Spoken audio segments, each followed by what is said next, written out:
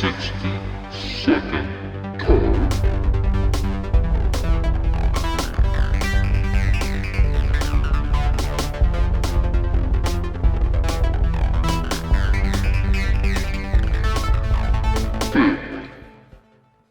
Hello and welcome to the 60-second car, the podcast that is trying to figure out if, while we probably would have hated it, is Race Wars actually the more accurate title to this movie?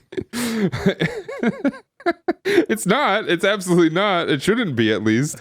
But we've got some weird things happening. I would like to say that we are not thinking this. There's definitely some weird things happening, and I don't condone them one bit. But I am Daniel. I am not thinking of this. These are the thoughts and expressions of my co-host Dan. My name is Dan, and I will be co-hosting alongside my good friend Daniel, another podcaster that does amazing things. You can go listen to his other podcast at Far Beyond Metal and follow him on all platforms. You can send all your complaints there as well at Overcord. Bring it. And we're here going into minute 13. How are you doing today? I'm doing swell. I've had a pretty quiet day, so this is the highlight so far. So, how are you? How are things? You said you're sleepy. You've been doing writing things. That's cool. I've been writing some stuff. Yeah, I turned in a lovely little writing sample to get hired somewhere. Hopefully, we'll see. I'd hire you. Huh? What's that? I'll hire you. Yeah. All right. Done. Hired. Can we just do? You want me to write the podcast script and then we would just read it off? Isn't that what I have up here on my screen? Is this not a script? Because this is all written. This is clearly... Well, I mean, we were going to reveal it later, but this is all... Yes, this is also part of the script. We're not recording right now, right? No. Oh, great. And we're certainly not live streaming this over at twitch.tv/Danotage, right? No. Cool. As long as we're not doing either of those things, we're fine. No, it's also not going to get uploaded to youtube.com/Danotage and the 60-second car on any of your favorite podcasting apps. That's not going to happen. Take that plug. I'll send you some rewrites on this episode when we're done with it. This needs work. Yeah, we got to punch it up a little bit. Today we're covering minute 13, which is along the same part of the saga of what we covered last episode. So it sort of fits in our lovely little recording session where we do anywhere of, from 2 to 3 episodes at a time. And just a little, making of the nosage for the fans out there. Just kind of, revealing the curtains. Lovely revealing nosage. The curtains. Look at the curtains. Look at Want to know how they're made? I will not tell you, but I will let you look at my curtains. It reminds me of the Futurama episode we watched about the Slurm factory that was themed like Charlie and the Wonka factory. Charlie and the Chocolate Factory. I forgot what that was. I'm okay, I swear.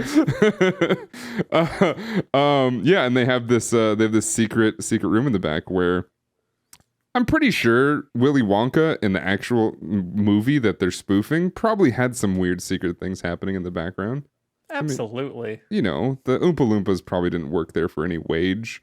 And the things they were putting in their candy probably weren't FDA approved. Mm-mm. So a quick side thing about that particular character in that episode.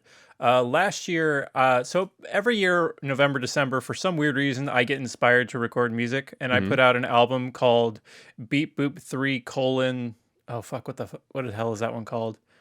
It's not I Thought He Was a Party Robot, that was part 2. Oh to Be Young Again and Also a Robot, and it was all songs that were inspired by Futurama, and I put out a surf song called Wimmy Wham Wham Wazzle, and it is the most fun I've had in years making a song.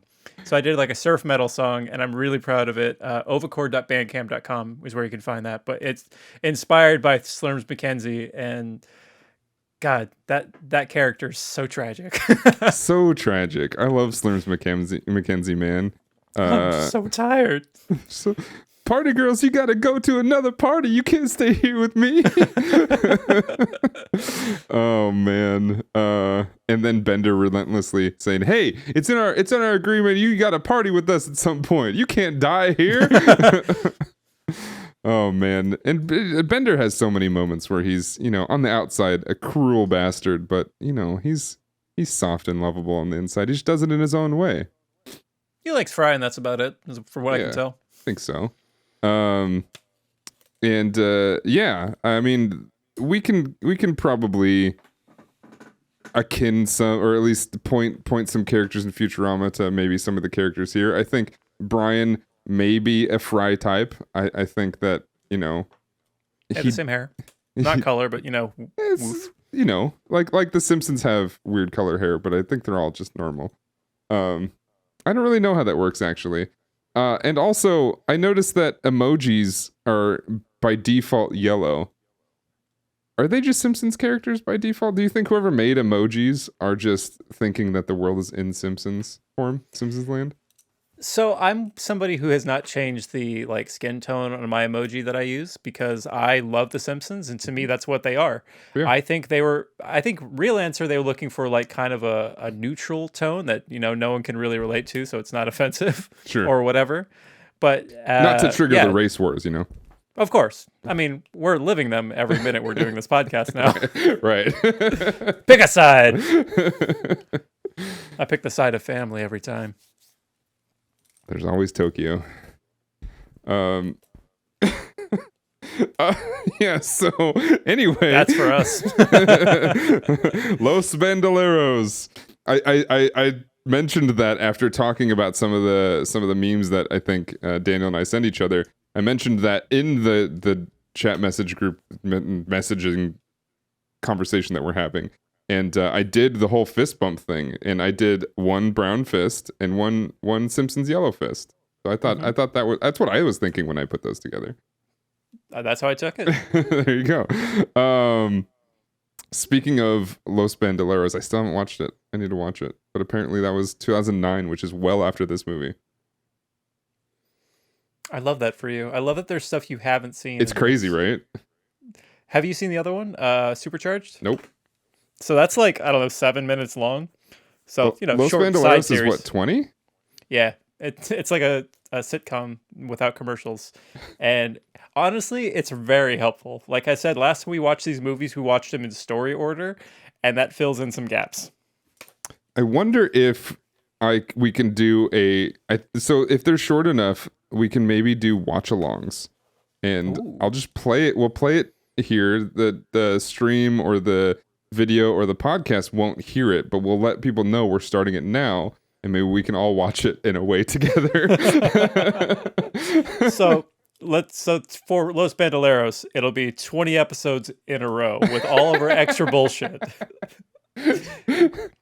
This should be like a streamathon or some sort of event where you tune in, you can also donate as we watch 20 minutes in a row.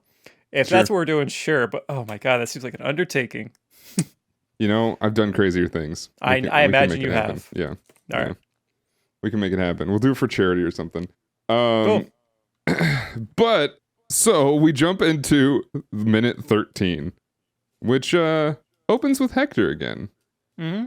My guy Hector, he wants to join the NIRA, the NIRA. He wants to get the National Import Racing Association. I had to look that up. And for a while, it didn't seem real because when I first looked it up, only fast things came up. Honestly, maybe it's not real still. Maybe not. Maybe it got. I mean, with how powerful, how powerful some movies are, especially these movies, and how they've brought a lot of people together. Maybe they made it because of this movie. That's always possible. That'd be cool. I think that we see that stuff all the time.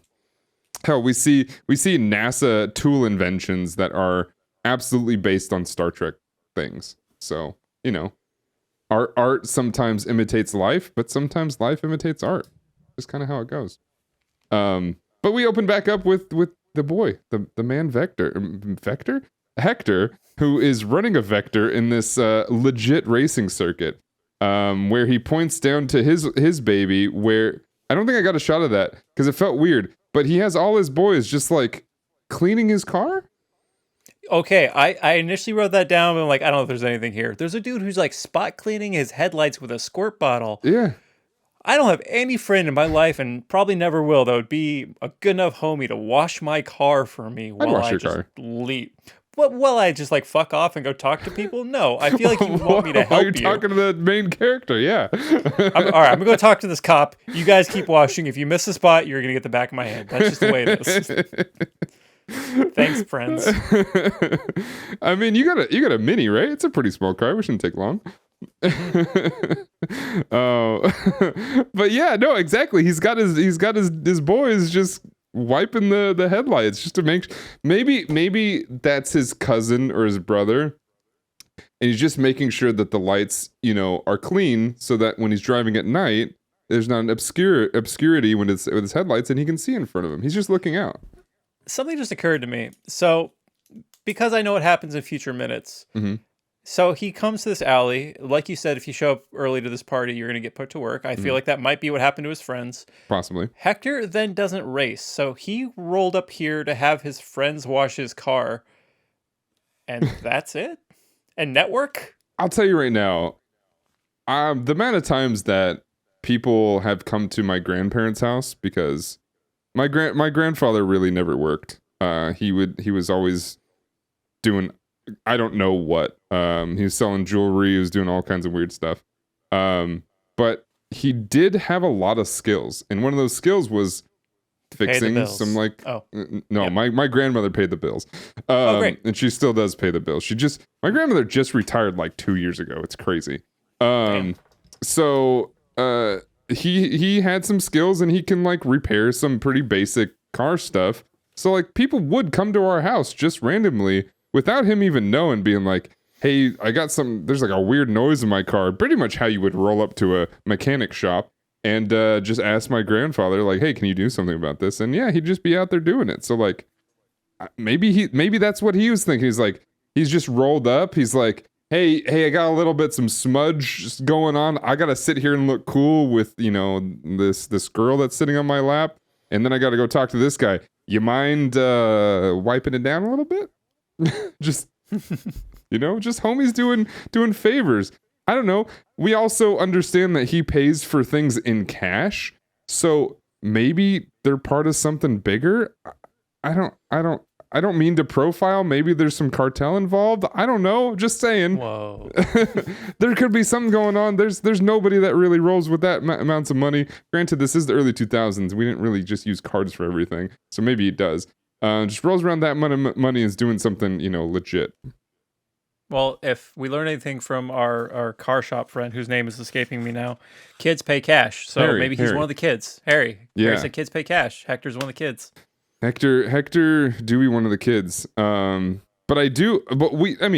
obviously if you watch the movie, you know what I'm talking about. It doesn't make any sense because we know that he's also probably pretty close to Dom for other reasons, because the reason he's doing this is more than likely for the 3 Honda Civics that we see at the beginning of the movie. So it's probably not his cash. But either way, Hector seems like the homie, right? He seems like quite literally the guy that I think everybody can trust. We get some weird scene with him later where he just is at a party doing something, and it just, I don't know. I mean, we open with Hector and he's leaning on this dude's car, which I don't think that's a good thing. I think it's kind of frowned upon to just probably lean against somebody's car like that, especially one that you can probably tell he spent a lot of money on. Among hard car people, this seems like a sin. But it's probably, I think it's like, just like everything else has been so far, probably a power move. I feel like Hector's probably a pretty powerful dude. One of those, maybe has a little bit of resentment towards Dom, because if Dom wasn't there, maybe he'd be the Dom. Oh, that'd be cool. Can you imagine if the Fastiverse was headed by Hector and not Dom? Imagine all the nobody's computer screens where it pops up his profile as Hector and then last name can't pronounce. Yes. Here we have Hector and Hector. He can't pronounce it either. I don't know. That is probably the third funny thing he said in like less than a minute here. Where he's like, my name's Hector. I have a last name, but I can't pronounce it. He can't pronounce it either, which is crazy. I'll be honest. My last name has 2 R's and you're supposed to roll them. I don't do that. Can you not? I don't, not very well. Okay. I had a coworker who had the same thing. Sororio. Yeah, no, I can make it sound kind of good, and I can put a fake Spanish accent. I speak some Spanish. I speak enough to get by. I don't do it with a Mexican accent, that's for sure. I don't do it with a Spanish accent. I don't do it with any type of Spanish speaking accent. I just say the words. So like, maybe technically I can't pronounce my last name either. Maybe him and I are the same. All right. Yeah.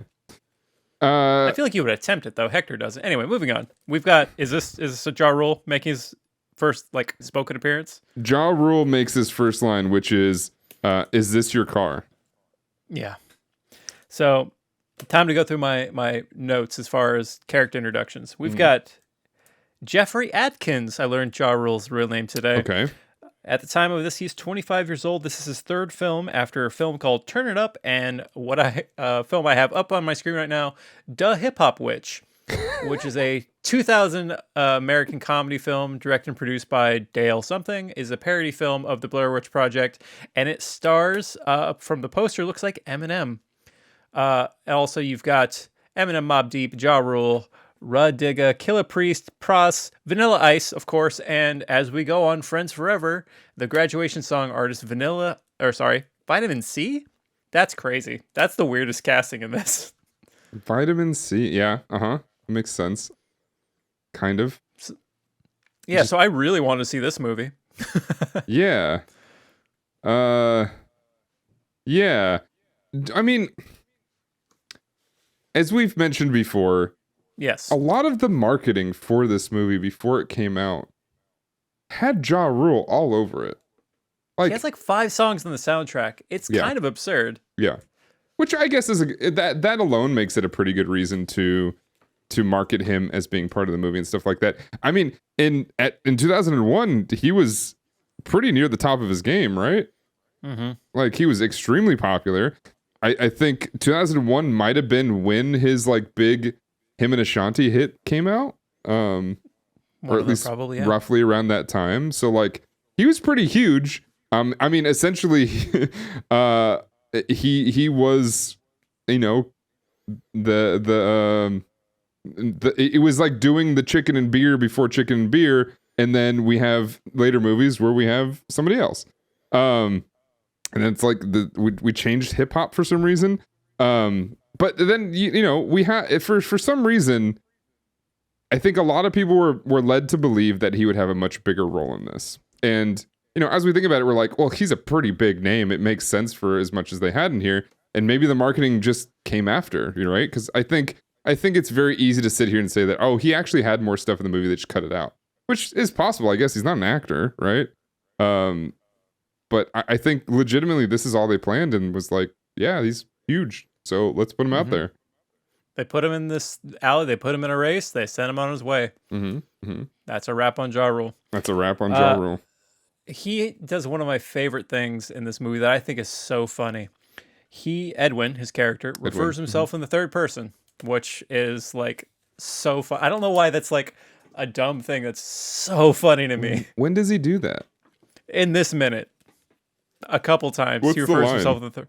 I don't have the exact line. I just wrote down, he refers himself in the third person and judges a man by how he stands next to his car.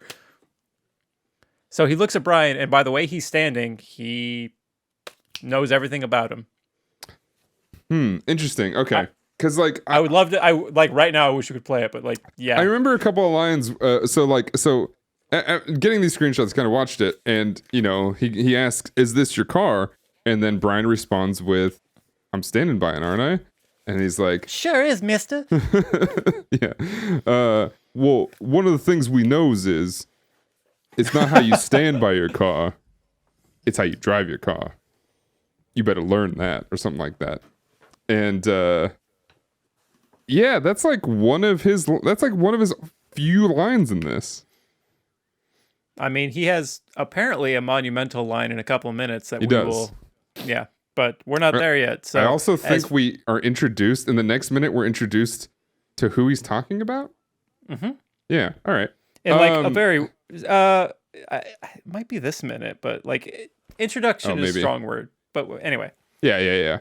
But I also don't think it's the same person. So I don't know. It's weird. I think there's some weird irregularities here. But yeah, now we have Ja Rule, which we know we have 3 characters here, the ones with speaking roles right in front of us, and he gets to drop some wisdom on Brian, which I think is pretty nice. Oh, it's right here. He's kind of walking back and forth, talking to him as if he's not talking to him. He's kind of just like talking out there, and he looks at him. He's like, and you know I'm talking to you, but he's just kind of out there. He's also wearing some Fat Farm, which was definitely a brand of the time for sure. That's a name I've heard in a long time. Yeah, he's got some. I just noticed it by looking at this screen. That's very much the Fat Farm logo on the back of his denim shirt. I think it's all denim, right? Is that a jacket or it doesn't really matter, but it's a shirt. I think it's got like a pocket on it and stuff like that. And he's got his short V-neck there. And then we're met with the crew. Which, they roll in a V formation, which is also very funny. Like the fucking Blue hilarious.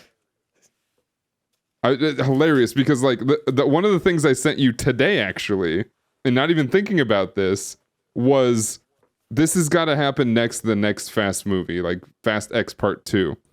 And it is all the cars of all the main cast members driving in some anime cuts, and we see the slow connection and build of Voltron. Yeah. This is a shot they could have used in the Voltron show, the TV show back in the 90s.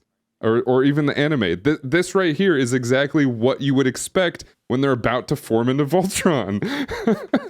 So what I think is funny about this is they're rolling in this V formation, so they're about to go into this alley where they eventually have to like merge in and like awkwardly park and find parking. So like they're looking cool as hell until they get there, and then it's like, hold on, let me.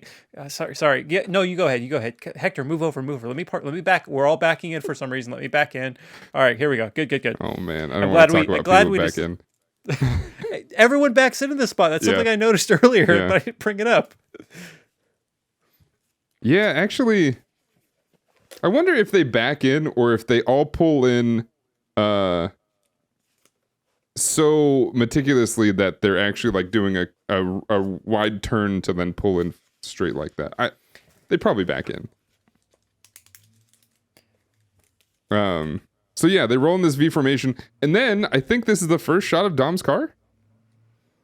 Yeah, I guess so. Oh, now it's got red under lighting. Ooh. Yeah, right. So like we've seen the other 4 cars, Leon, Vince, Letty, and Jesse. We've seen their 4 cars, but this is the first appearance of Dom's car, which I don't think we see again. I mean, if we do see it again, it's not memorable because in my head, Dom's car is always the Camaro. Is it a Camaro? See, I don't even know. The black car, the cool one. Oh, the Charger, the Dodge Charger. The one I have a Lego thing of. Yes. Also, apparently at the AMC's, they had a replica toy car that they were also selling, along with the other cards and stuff like that. Which just reminded me of something. But we have the first appearance of this car. I don't know what it is. It looks kind of... It's a red one. Yeah, it's a red one. It looks kind of like a Supra. I don't think it is. But we see him rolling up, and he's driving this car in the scene. We actually get to see him in the seat. But one thing is funny is as they're pulling up, exactly what you're talking about, they do what I think all these movies do is they don't come to a slow stop. They don't roll into a stop. They move at about 5 or 6 miles per hour and then just stop. And they that. Play chicken with everybody around them. Pretty much. No, like if you watch this again, you look close to it. The cars that are on the sides, because they're not all merged together like you would expect them to be, like you were just talking about. Some of them are still kind of flanking Dom. And as they roll up, they roll almost into people and they just stop. And nobody reacts, obviously, because they know they're going to do that for some reason. But they just come and they almost tap people in the shins. I mean, that's family. Got to have everyone on their toes just a little bit. We're getting reports that this might be a Mitsubishi 3000 GT. I wouldn't know, but we're gonna say we're gonna go with that. Sure. I can't argue. Nope. So like I said, it's a red one. Yeah, it's a red one. It's got flames. It's got their exactly what I was mentioning in a couple 3 episodes ago maybe. They all have this sort of weird like superhero metallic robot thing as their decals on the side. Oh yeah. He's got like Rocket Man. Honestly, I'm gonna be frank. It seems like it's maybe a reference to the Iron Giant. Oh, maybe. It does look like a shooting rocket Iron Man. So I want to talk about Dom when he's getting out of his car. Because, he's getting out and clearly he's king shit at this party. Yep. He's rolling up. He's saying hi to everybody. He's breaking down the racial barriers that all these people have set up. And he's calling out people. He says hi to someone named Camille and asks if they're doing yoga. We get we get a shout out to Monica. Is it the same Monica that we see later? Monica. I don't think so. You said probably not. And so I love he rolls in. He's cock of the walk, and he's just like, "Oh hey, how's it going? You're my best friend." And like they're always, "Oh Tom, I'm so glad you're here. Let me kiss your ring." Yeah, absolutely. And then so like if they have this sort of respect or this sort of like knowledge about Dom, this next part is weird. So here's where he's mentioning the yoga part. Like this is the scene where he's like, "Oh, yoga, huh? All right. Are you doing yoga? You doing yoga?"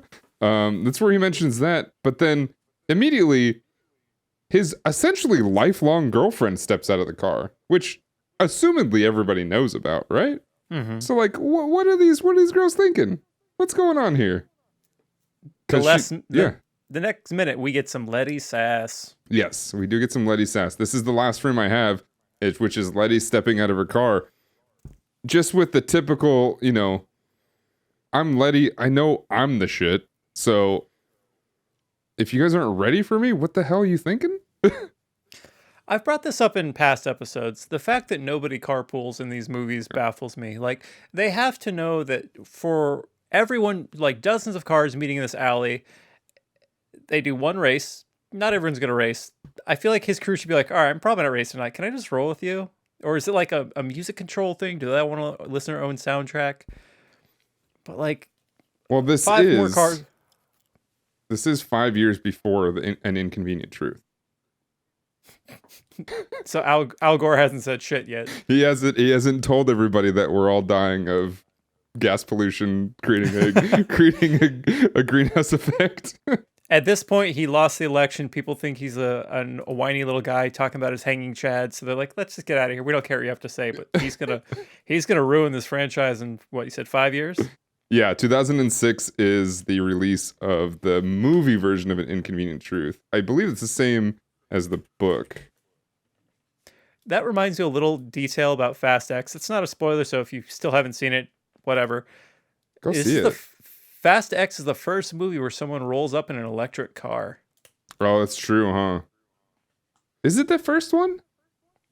From what I understand, I couldn't remember one, but I think it's Cypher before, Oh, of course it's Cypher. It's the tech wizard, yeah. Of course. Yeah, that's right. That's right. I do remember the car now. Yeah, for some reason, I want to believe that there's one in 8, but I couldn't tell you when or where, and they may totally be made up. But yeah, we do see a really nice, I think is it a Mercedes or something like that? We do see a really nice electric car there. So yeah, that might be the first one.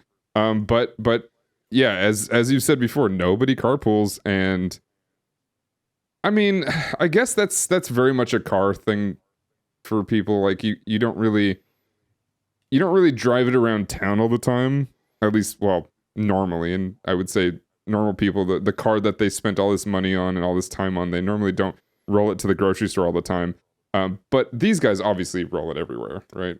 How many people in this alley, though? They all drove there themselves? There's a lot, yeah. I mean, probably not everybody, but there's quite a few cars. It does make sense for future minutes where they need to block off that road, that they all need their own car for that. But getting here, it doesn't seem like there's space.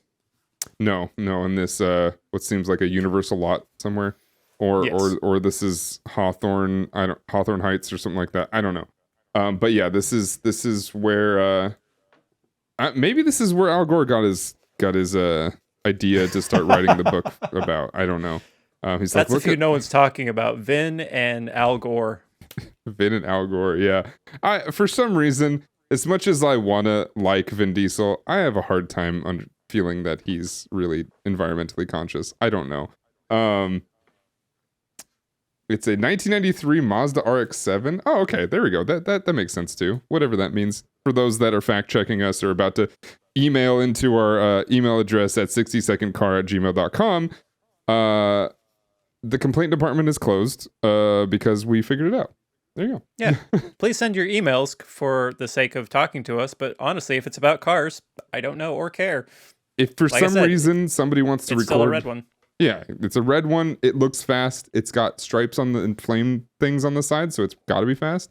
But if you maybe want to, record a 60-second voice recording of maybe your explanation about why the car is cool or whatever it might be, you can send that in at 60secondcar@gmail.com.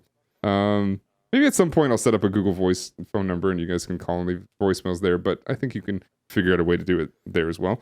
But yeah, do that, and we've come to what has me excited for the next minute, which is the end of this minute. Not only because like I'm done with this episode. No, I'm excited because I think the next minute is got some semi exciting things, and we get some real Letty coming out and stuff like that. And I think nobody can not be excited about that. But yeah, this has been minute 13. Do you have anything else on this? I do not know. So then I think that's gonna do it for this week or this I'm gonna day. do some yoga while you do this part. Do some yoga. Don's like, oh, you name do the yoga. poses. Yeah. Do you know the poses? Nope. That is stretching cat. This is up. That's to each side. That's I know east it to down. west. I do know what downward dog is. So this is an obnoxious thing that my wife and I get into. Okay. I always know which way like north, east, west, south is. So yeah, you going east to west. Guess what? You're right. It is. Hey. Where I'm sitting in this room and where my arms are. Yes, correct. Wait, do you just know it intrinsically, or do you like just know how to figure it out real quick? Figure it out real quick. Okay. I basically base it on any sort of landmark near me, and I can figure it out. And like she'll like make a thing, and she'll point like some stores like a certain direction. It's just like in casual conversation, like no, it's actually that way. She's like, stop doing that. Like, oh, it's to the north of stop. No, it's not. North isn't real. North isn't real. Well, there is that viral but probably fake podcast clip of this girl talking about how she doesn't understand why we call things north, south, east, and west. Why don't we just call it forward or up, down, left, and right? Because like if I'm going forward, I'm going north. What's the difference? But how do you go up? Well, that's up. That's what up is to her. Oh, you said it was up and forward? Up, forward, north. They're all the same to her. I see. Yeah. I see. Okay, great. Yeah. All right. Yeah. Just replace on the Rand McNally maps just the compass with the like D-pad. Okay. I'm into it. Mm-hmm. Yeah, I'm into Make it. a call. Just wait. Who do we call for that? I went with Rand McNally because that's what they said in The Simpsons 30 years ago. So I'm assuming they're still in business. They make the globe. Can we call Mr. Nintendo to get their D-pad to switch? You mean Mario's dad? Yeah, Mario. Yeah. Cool. Yeah. Yeah, we'll get Mario to replace to use their D-pad to change over. I think we could do it. If you quick plugs before we go on another thing. If you're down for this idea, or maybe you're Mr. Nintendo yourself, please do us a favor and hit us up on all of our socials. You can find me at Danotage on all platforms. You can find Daniel over at Overcord on pretty much all platforms. And then if you'd like, you can follow the 60-second car on pretty much most, if not all platforms. And if you want to email us, like I said, 60secondcar@gmail.com. And with that, we'll see you all next time. Family.